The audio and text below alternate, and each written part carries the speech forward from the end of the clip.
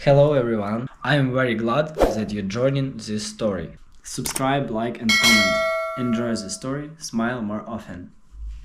You know that strange moment when your heart sinks so hard into your stomach that you can physically feel it dragging your dignity along with it? That's exactly how I felt standing in Dana's living room, holding a gift I had spent hours creating, only to watch it get dismissed like it was some joke from a bargain bin. I hadn't expected applause or tears, or even a heartfelt thank you. Honestly, I would have been satisfied with a nod and a genuine smile. But what I got instead was public mockery, a room full of forced laughter, and the kind of condescension that makes your face burn hotter than any candle on a cake. I'd put a lot of heart into that gift, a custom-framed photo collage made from old family pictures, memories I'd quietly curated over the last year without telling anyone. I even added a letter inside the frame, written by hand, carefully folded behind the glass, one that told Tyler how proud I was of him and how much I believed in him even when the world felt like it was working against him. 17 isn't an easy age, especially when you've got a family like ours, fractured, bitter, and full of silent expectations no one ever says out loud. I thought maybe, just maybe, something personal might mean more than something flashy. Maybe a kid raised around so much noise might appreciate something real for once. I should have known better. As soon as I handed it to Tyler, I felt the tension in Dana's body language from across the room, like she'd already decided it wasn't good enough before he even pulled back the wrapping. Tyler opened the gift with one hand, phone in the other, barely glancing at the photos before giving me a half-hearted, "Thanks, Aunt Lisa." That should have been the end of it. But Dana wasn't going to let it go. Not her.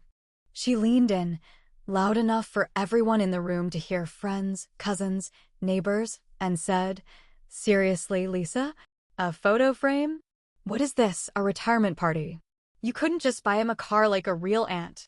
The laughter that followed was sharp, brittle, and immediate, the kind that slices through your skin while everyone pretends it's harmless. Even my mother chuckled quietly, covering her mouth like she was embarrassed for me rather than for her daughter's disrespect. And Tyler? He just shrugged and went back to his phone like the moment hadn't meant a thing. Like the words in that letter I wrote were as disposable as the wrapping paper on the floor. I stood there for a few seconds longer than I probably should have, my fingers twitching slightly against my thighs, that ache rising in my throat, but not quite becoming tears yet. Something inside me cracked, but it wasn't sadness.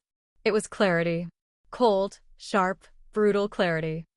I bent down, picked up the photo collage off the table, and without a word, turned around and walked out. Not a scene, not a scream, not even a sarcastic jab to match Dana's cruelty. Just silence.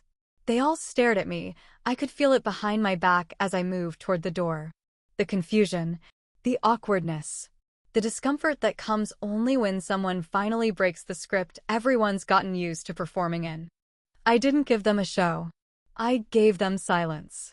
And silence, when delivered right, can be louder than any scream. No one followed me out. No one called after me. I got into my car, placed the frame on the passenger seat like it was a wounded friend, and sat in the driver's seat staring at my reflection in the rearview mirror. I wasn't crying. I wasn't even shaking. I was done. Done being the reliable one. Done being the quiet ATM everyone visited when their lives fell apart. Done being the punchline at family gatherings just because I don't have kids or a husband or the desire to pretend this family hasn't been slowly rotting from the inside for years. You give and give and give until your hands are raw and your heart is empty, and then the one time you offer something that actually matters, something you poured your soul into, they laugh like you brought a sock puppet to a wedding. That's when you realize you were never appreciated. You were just convenient. I looked at that frame again, at the photos inside, the letter tucked behind the glass, and I whispered to myself without even thinking, "I'm done." And maybe no one believed me at that moment. But they were about to learn exactly what done really looks like. There's something no one tells you about being the reliable one in a family, the one who always shows up, always picks up the check, always fixes what other people break, even when your hands are already full with your own mess. They call you strong, they call you generous, but what they really mean is convenient. And the worst part is, you don't even see it until one day, when all that silent giving turns into loud resentment, and you finally look around and realize you've built an entire network of ungrateful dependents disguised as family. I spent years holding up people who wouldn't bother to lean toward me if I collapsed. It wasn't a one-time thing. It wasn't a phase. It was my life, one favor after another, stitched together by guilt and obligation and that toxic little lie we tell ourselves, that blood means we owe something, even when that blood runs cold. I paid Kevin's rent more times than I can count, even after he blew through 2 jobs and 3 girlfriends, always with some new excuse about the economy or how things just keep happening to me, lease. I remember wiring him $500 on Christmas Eve because he said his lights were getting shut off, only to see photos of him drinking with buddies 2 nights later on social media, wearing a brand new leather jacket. I bought Dana's way out of a credit card mess after she cried to me on the phone, saying the bank was threatening legal action. She never paid me back. Not once. Not even a thank you card. And our mother, bless her heart, but God help her spine, needed help with medical bills a few years ago, and guess who footed those too, without hesitation, without paperwork, without complaint? Me. Every school year, Rachel would text me a wish list for her kids' supplies, backpacks, calculators, coats, lunch money, and I'd just take care of it, thinking maybe it mattered. Maybe they'd remember that kindness when they grew up. I spent years trying to be what no one had ever been for me. Steady, dependable, safe. And they loved that version of me, the quiet wallet with a smile, right up until I decided I was tired of being drained dry. The morning after Dana's little birthday performance, I got a text from her that just said, "Are you done pouting yet?" Tyler's still laughing about the whole thing. I stared at it for a full minute before the anger even had room to rise. The audacity of it, the casual cruelty, the absolute lack of self-awareness, it made something click in me that hadn't clicked before. I wasn't angry because of the gift. I was angry because this wasn't new. It had just finally become too loud to ignore. Tell me something, have you ever bent over backward for people who wouldn't lift a damn finger for you? Have you ever sat through being taken for granted, hoping that maybe one day they'd see you for more than what you could give them? When did you realize you were just their wallet, not their family? That afternoon, I sent a mass message to every single one of them. Not just Dana. Not just Kevin. Everyone. Every cousin. Every sibling. Even my mother. The message was short, sharp, and clear. Effective immediately. I will no longer be providing financial assistance, gifts, loans, or support of any kind to anyone. If this offends you, feel free to never contact me again. Best of luck to you all. That was it. No explanations. No apologies. No room for debate. Just truth delivered straight, without the usual sugarcoating I used to rely on to keep the peace. And then all hell broke loose. My phone buzzed nonstop for 2 hours. Dana called me 3 times in a row, each message more venomous than the last. Kevin sent a 10-paragraph rant about how I was abandoning the people who'd always been there for me, which was ironic considering the only thing Kevin had ever been there for was a hot meal and a soft place to land. Rachel said she was disappointed and confused, like my money had been some kind of community resource rather than the result of my own backbreaking work and sacrifice. Even my mother texted me some guilt-soaked nonsense about how families should support each other, not punish each other. But I didn't respond. Not one word. I muted them all and poured myself a glass of wine, and for the first time in years, it actually tasted like peace. And just when I thought it might quiet down, just when I thought maybe they'd slink back into their corners and sulk like children who finally got told, no, Kevin showed up on my doorstep. Not a call. Not a warning. Just his beat-up car parked crooked in my driveway and him standing at my door like he owned the damn sidewalk. He had that look. That combination of fake humility and thinly disguised desperation, and he started with, "Look, I wouldn't be here if it wasn't urgent," and I didn't let him finish. Because I already knew what he was going to ask. And I already knew what I was going to say. But not even Kevin was ready for how cold it was going to sound coming from my mouth. Kevin stood on my porch like a man who believed the world owed him comfort simply because he had run out of excuses. His hands were shoved in his pockets, face twisted into that half-fake smile I'd seen too many times before, the one he always wore when he needed something but didn't want to admit how low he was sinking to ask for it. He didn't even try to make small talk this time. He launched right into it like we were on some pre-written script. "Look, Lisa, I wouldn't be here if I wasn't desperate. Just a little help, one last time, maybe a few hundred to float me until Friday." I didn't blink, didn't flinch, didn't even move from where I stood in the doorway. I just looked him in the eye and said, slow and steady, no, one word. Final. No room for negotiation, no hidden kindness underneath. He stared at me like I'd slapped him across the face, like the sound of that word had never existed in his universe before, not when it came from me. Then came the reaction I'd been expecting, the one they all default to when you stop handing over your self-worth on a silver platter. He called me selfish. "You've changed," he snapped, voice rising with each syllable. "You've got money now, and you think that makes you better than the rest of us. You don't even act like family anymore. You're cold. You're cruel. You'd let your own brother drown if it meant keeping your precious savings account intact." I didn't dignify his tantrum with a reply. I closed the door slowly, calmly, with deliberate finality. I didn't slam it. I didn't shout. I just let the sound of the door clicking shut speak for me. That, apparently, was the last straw for Dana, because within a day I started hearing from extended relatives, cousins I hadn't spoken to in years, family friends I barely remembered, reaching out to say they were concerned about me. Concerned. As if I'd joined a cult or lost my mind, all because I'd stopped paying other people's bills. Turns out, Dana had been busy spinning a whole damn narrative, telling people I'd turned cruel, that I was mentally unstable, isolating myself, acting paranoid, and burning bridges with the people who love her most. She painted me as some cold, bitter woman who let money turn her heart to stone, who abandoned her family the second she had enough to live without them. She even told people I was diagnosed bipolar, which is a lie so bold it would be funny if it weren't so grotesque. And the worst part? Some of them believed her. That's the thing about being the quiet one for so long. When you finally stand up for yourself, it shocks people more than any abuse you endured silently ever did. It doesn't matter how many years you spent sacrificing. The moment you stop, they act like you've committed treason. And then came the cherry on top. My own mother calling me late at night, her voice dripping with guilt-laced disappointment.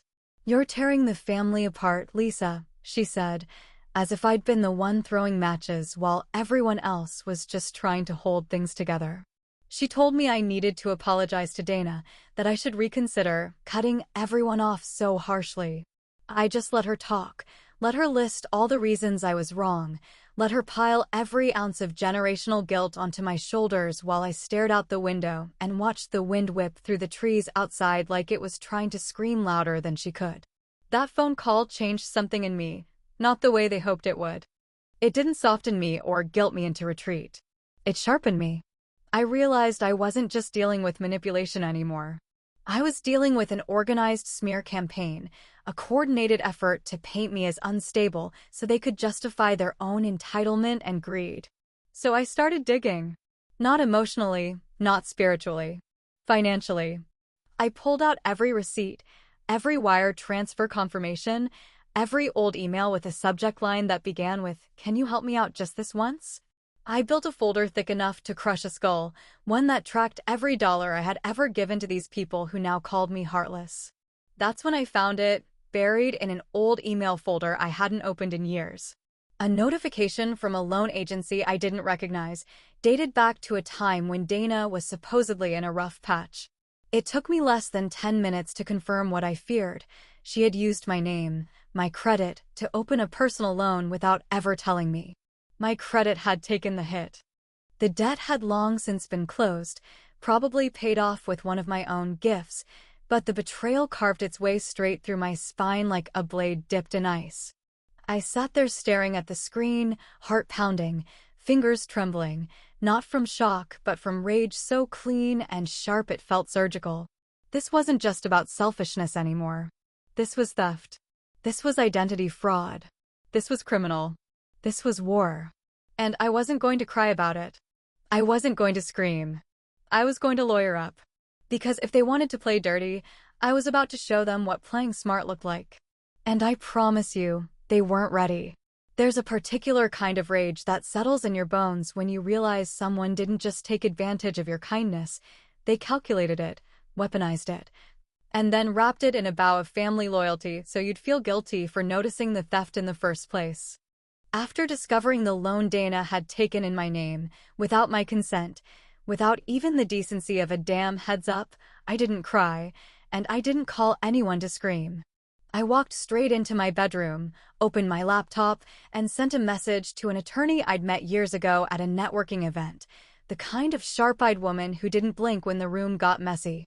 Her name was Andrea, and she had the kind of voice that made people sit up straighter, even when she was just asking for a pen. By the end of the week, I was sitting in Andrea's office, sliding across the stack of printouts and screenshots I'd compiled like it was a goddamn thesis paper on betrayal.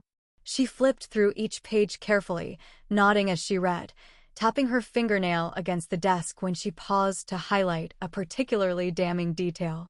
When she finished, she leaned back and said, "You understand you can press criminal charges for this, right? Identity theft, credit fraud, financial abuse. This isn't small stuff, Lisa." That was the moment something shifted inside me, not the kind of vengeful thrill people imagine, but something quieter, colder, more calculated. Because up until then, part of me had still been carrying that familiar guilt, that generational sickness we're taught as women, especially in families like mine, that standing up for yourself somehow makes you the villain. But hearing someone else say it out loud, legally, professionally, unemotionally, that it wasn't just betrayal, it was criminal, that helped me see the situation for what it truly was. Dana hadn't just crossed a line. She'd danced over it with both middle fingers in the air. When Andrea asked if I wanted to pursue charges, I hesitated for only a moment. Not because I didn't want to, but because I knew exactly what kind of storm it would unleash. Still, I nodded. "Start the paperwork," I said. "But I want one chance first." One clean shot across the bow. Andrea raised an eyebrow and said nothing, just handed me a legal draft, a repayment schedule backed by potential legal consequences, written in such sharp language that even Dana's delusions of superiority would get sliced on the first paragraph. 2 days later, I showed up to a family dinner. It wasn't planned by me, of course. It was one of those passive-aggressive gatherings our mother loved to host when she thought things needed smoothing over. The moment I walked in, I could feel the tension humming under the fake smiles, the brittle greetings, the careful avoidance of anything resembling the truth. Dana was already there, loud and smug as ever, holding court at the kitchen table like she hadn't stolen thousands from the person who once paid off her rent during her divorce.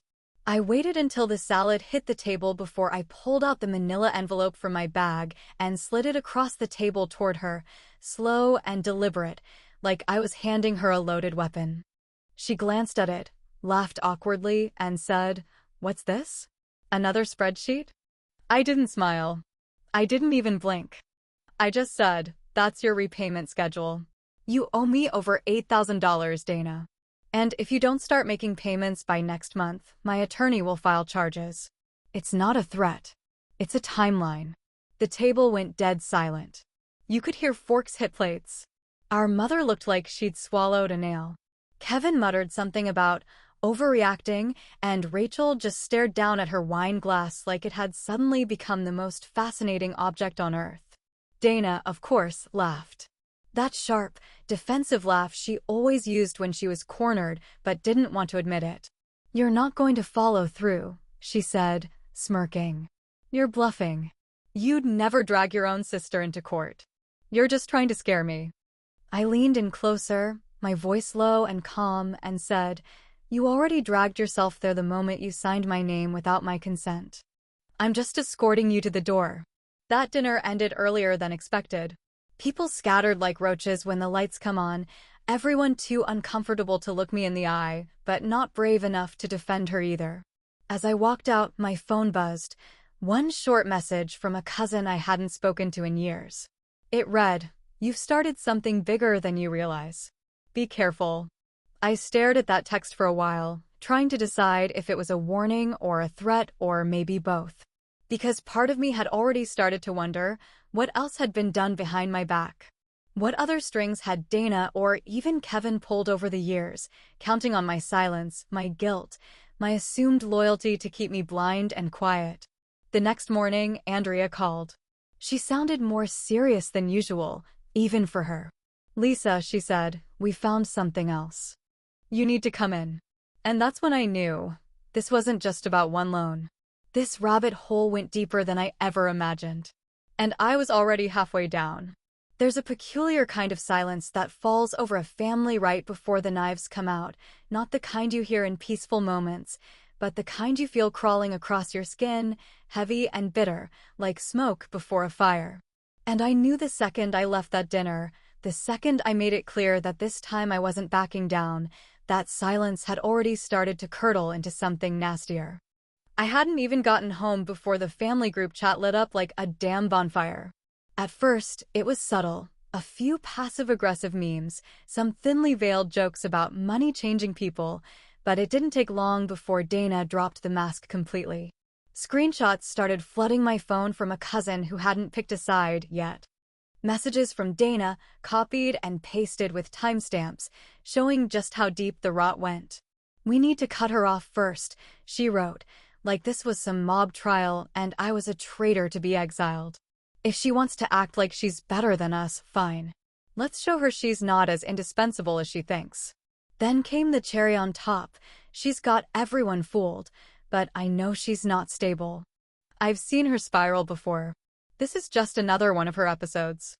I should have been hurt, but all I felt was exhaustion, the kind that sinks into your bones and makes you wonder how you ever tolerated this nonsense in the first place. These were people I had fed, housed, clothed, supported in every imaginable way, and now they were tossing me to the wolves because I had finally drawn a damn boundary.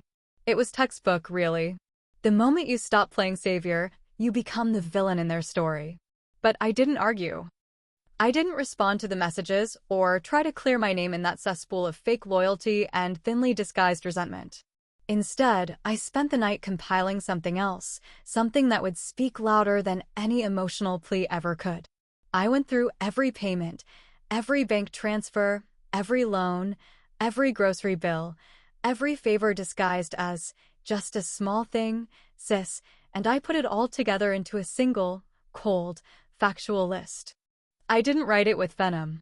I wrote it like a ledger, emotionless, exact, indisputable. And then I sent it. Not to the group chat, not with a dramatic message, not with any commentary at all. Just a simple email titled, "For your records." The spreadsheet was attached with a note at the top. "Since everyone is discussing my character, here is a detailed list of the financial support I've provided over the last 12 years. Feel free to cross-reference with your own memory. If you think I owe anyone an apology, kindly tell me where the math supports that conclusion." That was the last thing I said to any of them directly. But I wasn't finished. I took things a step further, not out of spite, but out of clarity. I knew damn well I wasn't the only person who'd lived through this kind of familial parasitism. I knew there were other people out there who'd been sucked dry by the people they loved, only to be painted as heartless the minute they stopped bleeding for them. So I took my story, not the details, not the names, just the essence, and sent it anonymously to a local lifestyle blog that specialized in real stories about toxic family dynamics. I called it "The Cost of Being the Reliable One." I didn't expect much from it. Maybe a few shares. Maybe a handful of comments. But the post took off like wildfire. People connected to it instantly. Hundreds of messages poured in from women, men, retirees, young professionals, people across every income bracket who had stories just like mine. Stories of being the helper, the rescuer, the backbone, until they finally said enough and got labeled ungrateful, selfish, or mentally unstable. The blog ran a follow-up post. Then a local radio station picked it up. Then someone sent me a message asking if I'd be willing to do a podcast interview. I declined, of course. Anonymity was still my armor, but the story was already out there, resonating, growing, changing the way people talked about financial boundaries and toxic loyalty. Without ever naming myself, I had become a quiet symbol of what it looks like when a woman stops setting herself on fire to keep everyone else warm. That's when my mother came to my door, tears in her eyes, voice shaking as she said, "I just want my family back." She told me people were calling her, asking questions, saying things she didn't know how to answer. She begged me to fix it, to call Dana, to smooth it all over like I always had, to just be the bigger person again, one more time, for the sake of peace. I let her cry. I let her sit on my couch and twist her hands in her lap, and I didn't yell or argue. I just waited until she finished, and then I looked her dead in the eyes and asked, "Did you know about the loan, Mom?" Her eyes flickered. Just for a second. A pause, a hesitation, a single breath longer than it should have taken to answer. And then she said I didn't want to get involved. And that's when I knew. She'd known all along. She just didn't think I'd ever do something about it. There's a particular moment in life when you stop asking for closure and start carving it yourself, even if it means dragging your piece out from beneath the wreckage of people who once claimed to love you. That moment came for me the day I signed the final stack of papers at Andrea's office, my lawyer's sharp eyes scanning every line while I sat in her leather chair with my spine straight and my hands steady. No more questions, no more guilt, no more second-guessing whether I was going too far. I wasn't going far, I was finally going far enough. The legal proceedings moved faster than I expected. Dana's debt was documented, undeniable, and unignorable. Andrea filed the necessary motions to begin formal collections, and I didn't flinch when she asked if I wanted to pursue property repossession. I said yes before she even finished the question. Because I remembered the exact moment Dana had stood at that family barbecue, bragging about the used car she was driving like it was some symbol of her independence. The same car I had paid for when she claimed she couldn't make it to work without reliable transportation. The same car I had told myself wasn't a big deal, because family helps family, right? Now it was mine again. One by one, the things I had quietly handed over were reclaimed, the car keys, the living room furniture in Kevin's apartment that I'd paid for on my card, and he conveniently forgot to return, the electronics, the appliances. Even the damn washer and dryer I'd purchased for Rachel's guest house when she couldn't make ends meet that year. It wasn't revenge. It was recovery. I didn't want their suffering. I just wanted my peace back. And if that meant stripping away every last token of my generosity, then so be it. The reaction was predictable, dramatic, bitter, laced with the same old rhetoric about me being cold-hearted and ungrateful. Funny how quickly the script flips when the selfish one stops footing the bill. Word spread through the family fast, mostly because Dana made sure of it, her voice echoing through group chats and whispered phone calls like a martyr walking to the gallows. But I didn't engage. I didn't reply. I didn't offer explanations or defenses or justifications. I didn't owe them that, not anymore, not ever again. One message did come through, though, a quiet ripple in the storm, Tyler. Just a short text, awkward and hesitant, like a teenager trying to navigate adult consequences. "Hey, Aunt Lisa. I'm sorry about what happened at the party. I didn't mean to be ungrateful. I didn't realize how much you'd done for everyone." That was it. No punctuation. No follow-up. Just that small flicker of awareness from a kid who'd been raised in the shadow of entitlement. I stared at the message for a long time, thumb hovering over the keyboard, wondering if I should say something, anything, but I didn't. Some silences are kinder than forced words.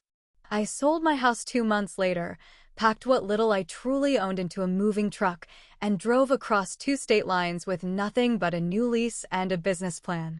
I opened a small design studio under a new name, one that no one in my old life could trace, a clean start free from the ghosts of debt and duty and unearned loyalty. I painted the walls myself, hung my own artwork, and built something from scratch that had nothing to do with anyone else's needs or demands. It felt like breathing air I didn't know I'd been missing. For a while, everything was still. Quiet mornings. No texts begging for help. No awkward holiday invitations wrapped in guilt. Just space, freedom, and a silence that felt earned instead of imposed. Then, One morning, I found it. A small envelope wedged in the front door frame. No return address, no stamp, no sign of who had left it. My heart skipped, not from fear, but from that old, bitter instinct that never fully dies, the part of you that knows the past never really stays buried. I opened it slowly, hand steady, breath shallow. Inside was a single photograph, the same birthday gift I had taken back from Tyler's party, the custom photo collage, now burned along the edges, blackened and curled, the images barely visible through the ash. And beneath it, a single note scrawled in thick ink across a torn scrap of paper. Blood remembers. No signature. No clue. Just those 2 words heavy as stone. I stood there for a while, watching the morning sun hit the window, the smell of scorched paper still clinging to my fingertips. I didn't cry. I didn't panic. I just stared at that note, wondering if it was Dana, or Kevin, or someone else entirely, or maybe it wasn't a threat at all, but just a final gasp from a family that couldn't stand being cut off from the well they'd sucked dry for years. I didn't report it. I didn't tell anyone. I just slipped the photo into a box, locked it in the filing cabinet under closure, and poured myself a coffee. Because I've come to understand that some scars don't close fully, some ties don't stay severed, and some people never forget who used to keep the lights on, not because they loved you, but because they needed your switch. You can heal from the wounds, that much is true. But you'll always flinch when someone reaches for your wallet.